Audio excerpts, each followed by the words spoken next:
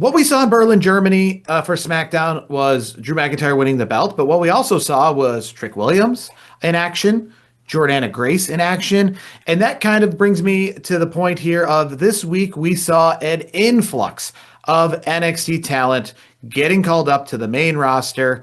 Obafemi is obviously not been officially called up yet in the sense he hasn't made his debut, but we can all but assure that he's there because he vacated the NXT Championship. And as I just mentioned, people like Jordana Grace are here, right? Trick Williams is here. So of all these new influxes that have made their way to the main roster, which one are you most excited to see? Which one, I guess, are you most excited to have a big run heading into WrestleMania season now on the main roster? I mean, I kind of alluded to it early on in the recording here. We could title this Obafemi, future champ. Obafemi is my guy. Trick Willie is obviously on that list as well. He'd be like my second option. I feel like love Jordan Grace. I just don't know what they're gonna. I want to see what they do with the whole that whole dynamic. Is she gonna get the championship from Jade Cargill? We'll see. But to me, the way they present Obafemi, he really is the ruler. He didn't lose the NXT belt. He got called up and he was getting called up and said, "Here you go. I'm done with NXT. I'm going up for bigger and better things." I think WWE is going to push him into that main event picture right out of the gates, and I think he is going to be a breakout for this year. The sky's the limit for him. I think he cuts a good promo. I think he's believable. I think the fans are behind him. I think he checks all the boxes that you're looking for somebody who could be the face of the industry as a whole, going into the next 5 years or so. Just like I said a little while ago, just imagine a future match, main event match, Braun Breaker versus Obafemi. That to me, I'm in. Like that's gonna if that happens someday, I'm gonna be very excited about it because those are two blue chippers. So for me, Obafemi is the easy choice.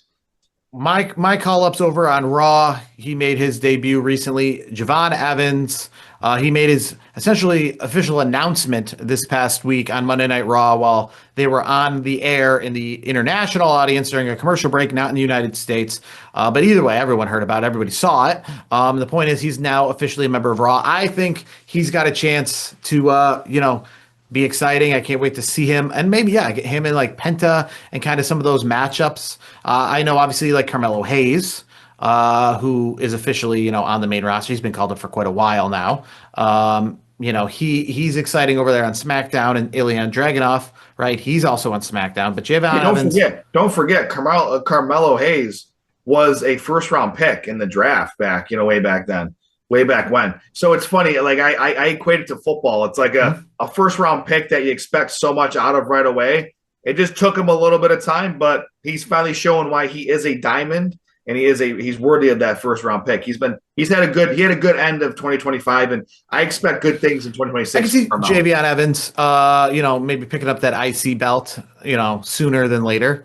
And maybe being involved in that kind of way coming into WrestleMania season. I think he's a mid-carder. I really think he's a mid-carder for right now. I agree. Like IC belt, I could see him going after. And Jordana Grace over there at SmackDown, like I said, you were talking about with Jade Cargill. It's kind of, it was similar to when Jade Cargill got called up, right? Everybody wanted to see because she's forceful. She's the most muscle-bound of all of the women. Well, now she's got company because Jordana Grace is clearly, when it comes to muscle definition, got her step for step. So I'm very interested to see because those are two alpha females, now on the same roster. So that should be interesting going forward. And, I think Jordana Grace actually is the better wrestler than Jade Cargill. That's my opinion. That's obvious. Come on. Yeah. I mean, Jordan Grace has been doing the wrestling thing for a lot longer than Jade Cargill. So I can't give Jade Cargill much flack. She's been working hard, you can tell. But yeah, Jordan Grace by a country mile better wrestler. It's crazy because if you don't know Jordan Grace's kind of rise, she was about the size, obviously much shorter, but about the size of Nia Jax when she got into the wrestling world. But like Gunther, right, she's turned it around. But unlike Gunther, she kept going. And Gunther, very slim, very fit for sure. She got slim and fit and then just added on the muscle. I think she came out and said recently that she's got like 2% body fat. Like that's insane. Yeah. Crazy. So, I mean, Yeah. a lot of NXT call-ups. I'm very curious to see what's next for NXT. I mean, because we saw NXT 2.0 a couple years ago with the big color splash and things like that. I wonder if we're about to see another rebirth of NXT. And when I mean rebirth, I don't mean like, excited that, rebirth. I mean just like a refresh. Because, like I said, a lot of the people, it wasn't just Obafemi, right? It wasn't just Javion Evans. It was a bunch of call-ups here. And I'm very curious to see who will be leading the new wave of NXT talent as they have to go into Well, takeovers and I all think that. we have an easy answer for that. I think Ricky Saints is going to be the flag bearer for the men's division, and I mean, then Tony D'Angelo was looking at that NXT vacant yeah, belt. I mean Tony D's good. I mean NXT women's division as a whole, they got some depth there. I think there's some really talented females also. I think they're in good hands. I do like the fact that they're evolving, where it's that special color paint. I still remember that debut NXT 2.0. Braun Breaker was like the big thing, and look what Braun's doing now. It's like the evolution of NXT, where you're seeing so many great wrestlers come out of that program, and now they're on the main roster. And it's like if you can keep building it, it's just going to make the industry better as a whole. So right now, I think as a whole, everything WWE's in great hands. I think the industry's in great hands.